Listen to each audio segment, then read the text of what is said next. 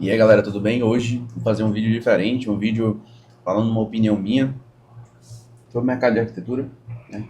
Eu até hoje não sei quem é a maioria que segue meu canal, se são arquitetos ou se são clientes, né, querendo, ou pessoas que gostam do assunto, né?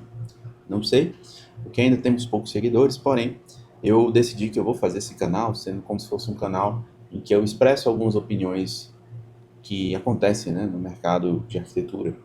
Né? O, E o tema de hoje é a questão de nicho, né? Será que é importante você nichar, importante você se especializar? E recentemente eu cheguei a uma conclusão de que sim, tá? Por que o nicho, né, no nosso mercado é tão importante? Para quem não sabe, minha família é composta por médicos, então meu irmão é médico, minha mãe é médico, meu pai é médico, né? São separados e tal. E o meu padrasto é empreendedor no ramo do turismo. E eu cheguei nessa conclusão porque quando a gente conversa entre família, a conversa vem tipo, meu irmão tem que fazer uma especialidade. Essa especialidade pode ser qualquer coisa ali no ramo de medicina, né? Então, a gente está falando de anestesia, a gente está falando ali de obstetrícia, essas coisas. E eu cheguei analisando, né, vi que o mercado de arquitetura não tem nada assim que defina uma especialidade como medicina. Por exemplo, residência. Você, depois de fazer residência, você é um médico especialista naquilo. Aqui na nossa profissão não tem. São pessoas que se dizem, né? Então eu me digo especialista em residencial, eu me digo especialista em comercial. E isso acaba que a gente não tem uma especialidade, né, que seja valorizada. Já explico.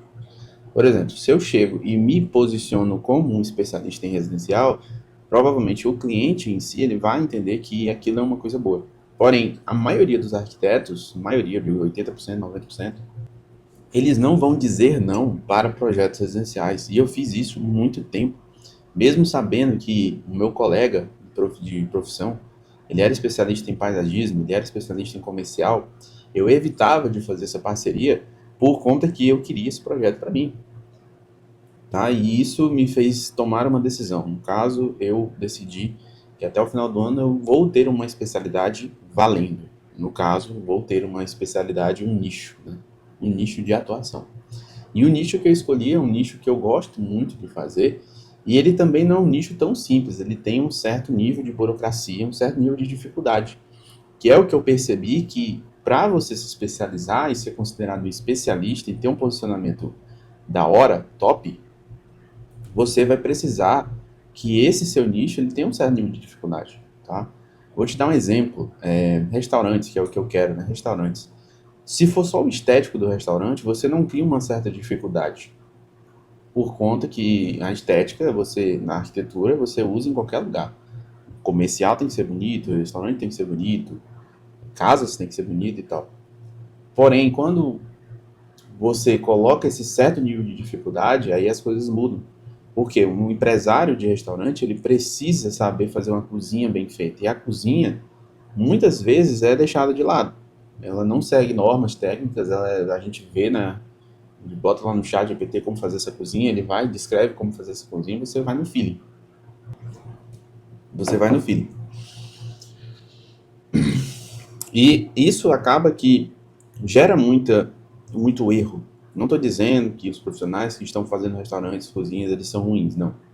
Eu tô falando que o cara que é especialista nisso, o cara que é especialista e fera nisso, ele sabe que precisa saber projetar tudo que um restaurante precisa. Não só a cozinha, não só o salão, não só os acessos, clientes, mas pensar em toda a logística. E muitas vezes, principalmente aqui na minha cidade, os projetos que surgem para fazer esse tipo de empreendimento, eles são em locais que são inviáveis de fazer uma cozinha da forma ideal. Então a gente tem como profissional adaptar isso para a realidade. Aí que vem a dificuldade. Outra coisa, questão de normas, né? Seguir a vigilância, né? Tem a questão da RDC 216, que é uma coisa que eu estou familiarizado por conta que eu estou estudando, estudei muito tempo para fazer laudos. Eu fazia laudos de PGRS, que a gente precisa entender como é que é o fluxo de resíduos da cozinha, a questão de como funciona a materialidade, tudo. Então, tava fazendo tudo, tava fazendo residencial, comercial, tava fazendo tudo, tudo, tudo, você imaginar, tava fazendo. E aí eu vi que, às vezes, você entra num mar, um oceano vermelho, que acaba que não é interessante para os profissionais. Então, decidido hoje é nichar, né? E a dizer não a projetos que não têm a ver com o nicho, tá? Claro, isso é uma transição, não estou falando que você, quando sai do mercado, você vai, pô, vou nichar aqui, nichar do nicho, vou fazer restaurante, vou fazer hamburgueria. Claro que não, tem que aprender primeiro a prospectar, a vender, e isso você só aprende em volume. Foi algo que eu aprendi em volume, tá? Então, tive empresa lá atrás, a empresa quebrou porque não sabia disso, eu não sabia me vender, não sabia vender meus projetos, e aí quando eu comecei sozinho, né? Comecei sozinho, claro, aprendi muito com a empresa, óbvio, eu sou muito grato por isso, mas quando eu comecei sozinho foi que eu vi que o rolê é diferente, o negócio é diferente. Então você tem que aprender primeiro a se vender, tá? Prospectar é o principal. O pessoal fala vender, vender, vender, mas esquece da prospecção, enfim. E depois que você aprende, que você tem um fluxo de clientes mensais, você opta por nicho, você opta por nichar. Porque aí você sabe o caminho que tem que fazer. Por exemplo, hoje eu não estou dizendo, eu estou aceitando projetos residenciais, aceitando projetos comerciais de diferentes formatos. Mas já estou criando uma forma de divulgação para esses projetos mais especializados. Eu poderia fazer de uma vez? Poderia. Porém, não se sabe como vai ser o retorno do mercado em relação a isso. Então você tem que ir testando aos poucos. Eu sei que é um mercado que tem muita dor, pouco conteúdo na internet. Eu acho interessante isso, né, por conta que eu gosto de gerar conteúdo e eu também vou gostar de fazer projetos em si. Mas está sendo com calma, está sendo com tranquilidade, né?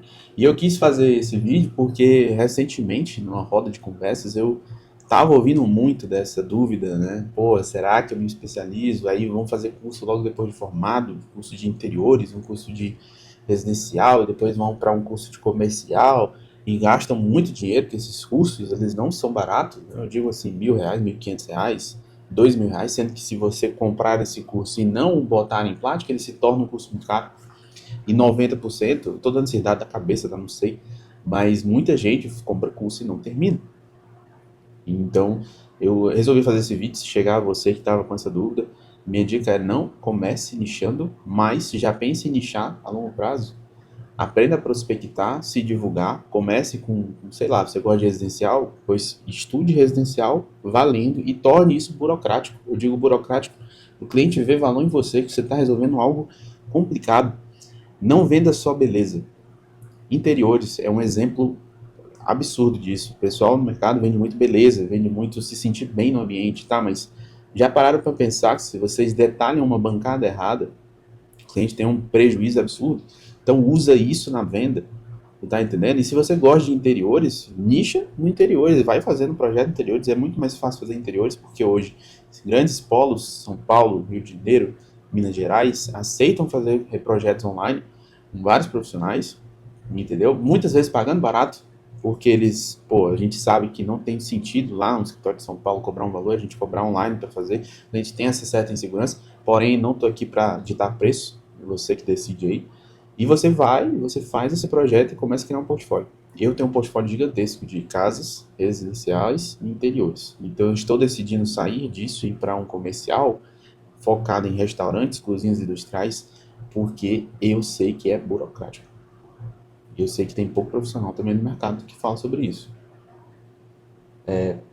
E eu já tenho um fluxo legal de projetos mês que consegue me sustentar enquanto eu estou nessa fase de transição. Claro, se eu quiser botar grana para fazer essa transição rápida, com anúncio, com e-book, criando esses funis mais rápidos, dá certo. Mas eu não quero. Eu vou com calma. Até porque sou só eu e mais duas pessoas cuidando de como está funcionando o escritório. Então, se eu largo tudo, quebra tudo, larga, já deu errado, entendeu? Eu tô indo com calma. Então é isso, espero que tenha ajudado esse vídeo com você. Resolvi falar um negócio aqui fora do padrão, né? Esse vídeo serve para entender quem é meu público, arquiteto, cliente ou design, não sei. E é isso, até o próximo vídeo. Tchau.